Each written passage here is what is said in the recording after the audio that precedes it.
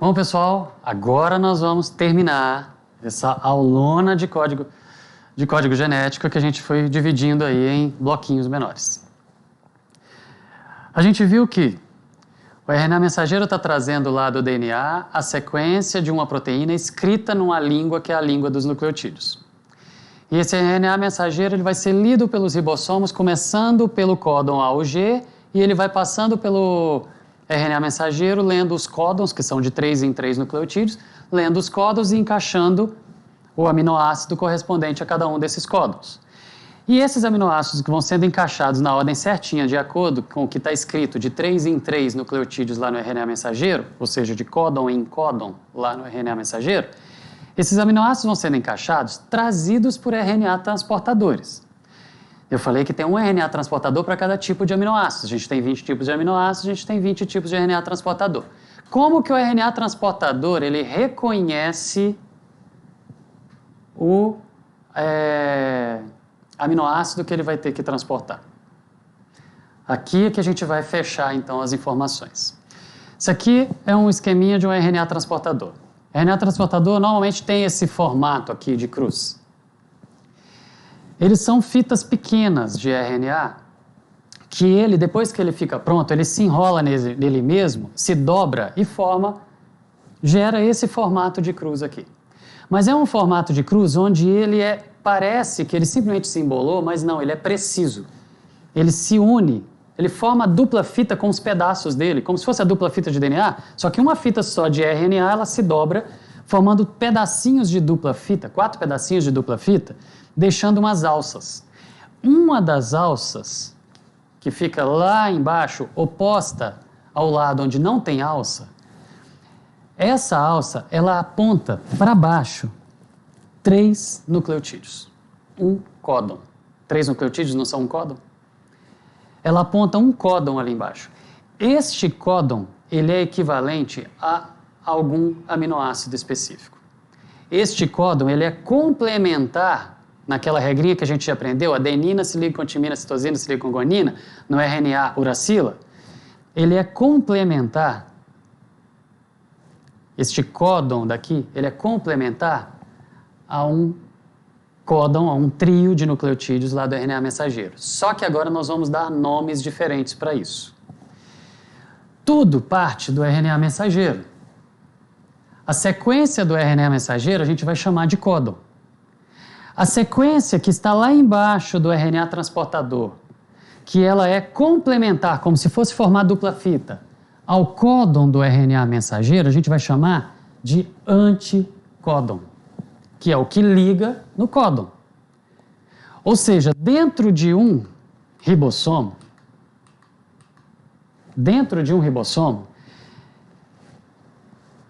eu tenho parte menor e parte maior, eu tenho aberturas, e nessas aberturas elas vão deixar visível, essas aberturas vão deixar os códons visíveis lá embaixo, os códons do RNA mensageiro que estão passando.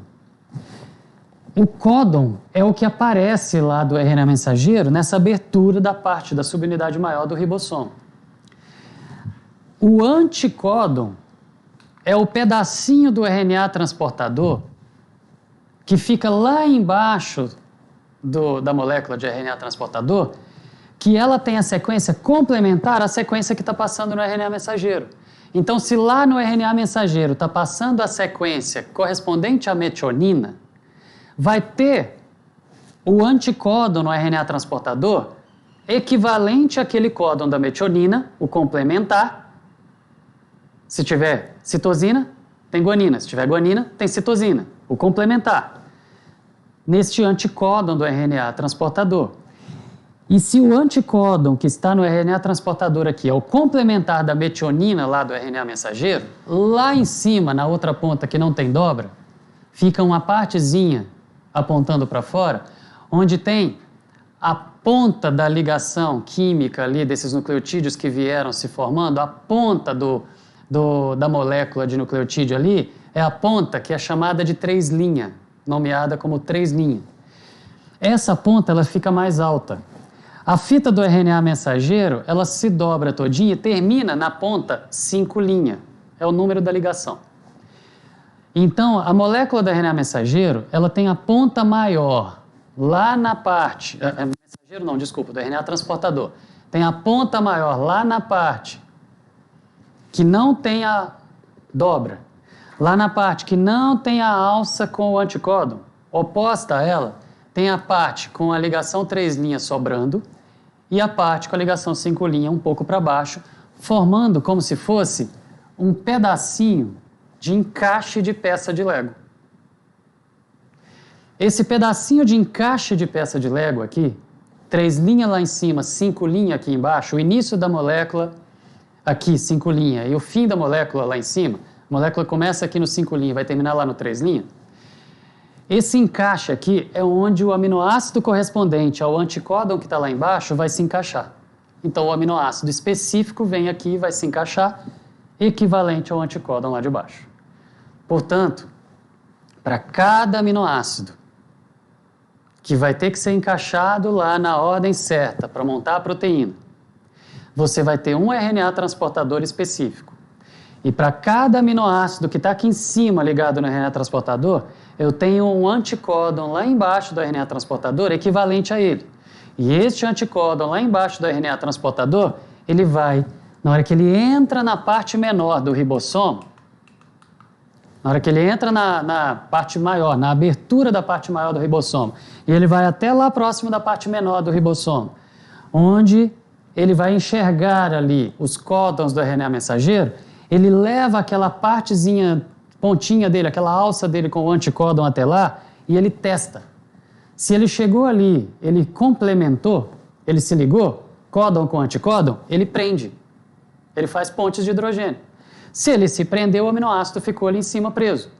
Ele fica preso até que o ribossomo ande para o lado, encaixou o outro, liga o aminoácido dele no aminoácido do RNA transportador do lado, e depois que ligar os dois, o que ficou sem aminoácido sai, o ribossomo dá mais um passo, vem mais um, liga de novo, sai o que ficou sem. Toda vez que ele perde o aminoácido, o anticódon dele solta lá embaixo do códon do RNA mensageiro e aquele RNA transportador vai embora buscar outro aminoácido. Quando ele está com o aminoácido, ele vem e ele só se prende aqui se ele for complementar ao códon. É assim que a gente consegue fechar toda a história do código genético. E aí, para complementar, eu queria só falar sobre essas ligações 3' e 5' que eu citei aqui. Essas pontas 3' e 5'. O sentido da vida é 5', 3'. De que eu estou falando? Quando a fita de DNA vai ser transcrita fabricando um RNA, a leitura da fita, a RNA polimerase, ela faz uma leitura da fita molde lá do DNA para poder fabricar o RNA mensageiro. Ela faz a leitura no sentido 3', 5'. As moléculas de nucleotídeos, elas sempre vão ter uma ponta 3' e outra ponta 5'.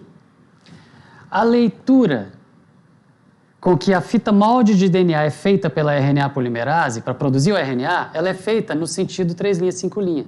Só que a fita de RNA que vai sendo encaixada, que vai nascendo desse processo, ela nasce no sentido 5', 3', porque os nucleotídeos vão sendo encaixados sempre no lado 3'.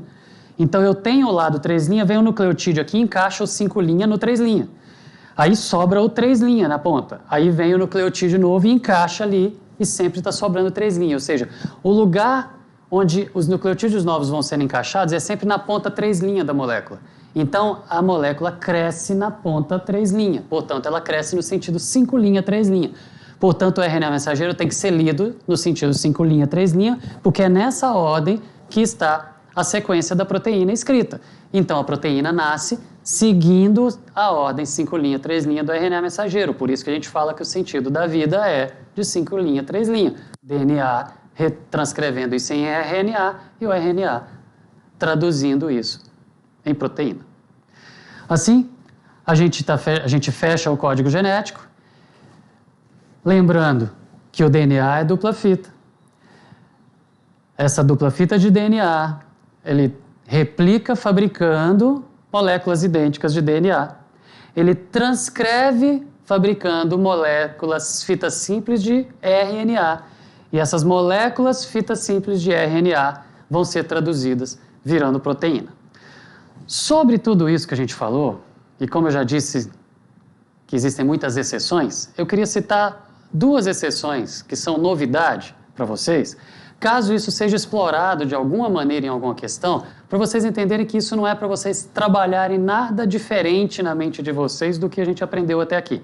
Basta você conhecer como exceção, ok? Sabe a dupla fita de DNA? Então, existem formas alternativas de nó retorcido de DNA. Não se acreditava nisso, mas nos últimos anos isso tem sido descoberto. Por exemplo, em 2018 descobriram esse formato em alguns pedacinhos de DNA. Ainda não está bem claro o porquê e qual a utilidade disso, mas tem pedaços do DNA que ao invés de ficar aquela dupla hélice direitinho, ele vai formar uma estrutura diferente. In vitro, não in vivo, já identificaram DNAs alternativos como DNA A, DNA Z, DNA I, formas alternativas de DNA. Isso pode ser simplesmente porque ela desestruturou ali in vitro, porque você está manipulando, ou pode ser que isso tenha in vivo, a gente ainda não sabe. Então você precisa saber que existem algumas formas alternativas de pedacinhos de DNA, mas no geral ele vai manter a estrutura dupla hélice, ok? Outra informação que é interessante, em 2013 correu uma história no Brasil, por exemplo, de que pessoas tinham sido abduzidas e tinham voltado para a Terra com o seu DNA com 4 hélices. E não dupla hélice, com 4 hélices. Portanto, nesses estudos, descobrindo formas alternativas de pequenos trechos de DNA, a gente consegue encontrar DNA quadruplex. Então não é porque foi abduzido e o ET colocou fitas de DNA a mais aqui no seu DNA. É porque, naturalmente, isso pode acontecer em algumas situações específicas que a gente ainda não consegue entender o papel deles. Ok? E uma última informação para acrescentar para vocês é o seguinte: as 4 letrinhas já conseguiram colocar mais letras no DNA. Só que isso em experimentos, em pesquisa, ok? Em laboratório. Já conseguiram colocar as letrinhas Z, P, S, B, outros que são simbolizados por essas letras, outras moléculas encaixando ali, alterando essas sequências. Você manipulando isso, você está gerando manipulação genética, você tem alguma finalidade, algum objetivo para poder fazer isso. Quando a gente estudou análogos de base, a gente viu que existem moléculas que são análogas a nucleotídeos e a gente consegue fazer trocas ali. Ou seja, manipulando geneticamente, você consegue mexer com essas outras e inserir essas outras moléculas, portanto, colocar outras letras moleculares. Mas para trabalhar com código genético, são 4. As 4 que a gente aprendeu, seguindo aquela tabela, do jeito que a gente fez até aqui. Até a próxima, pessoal.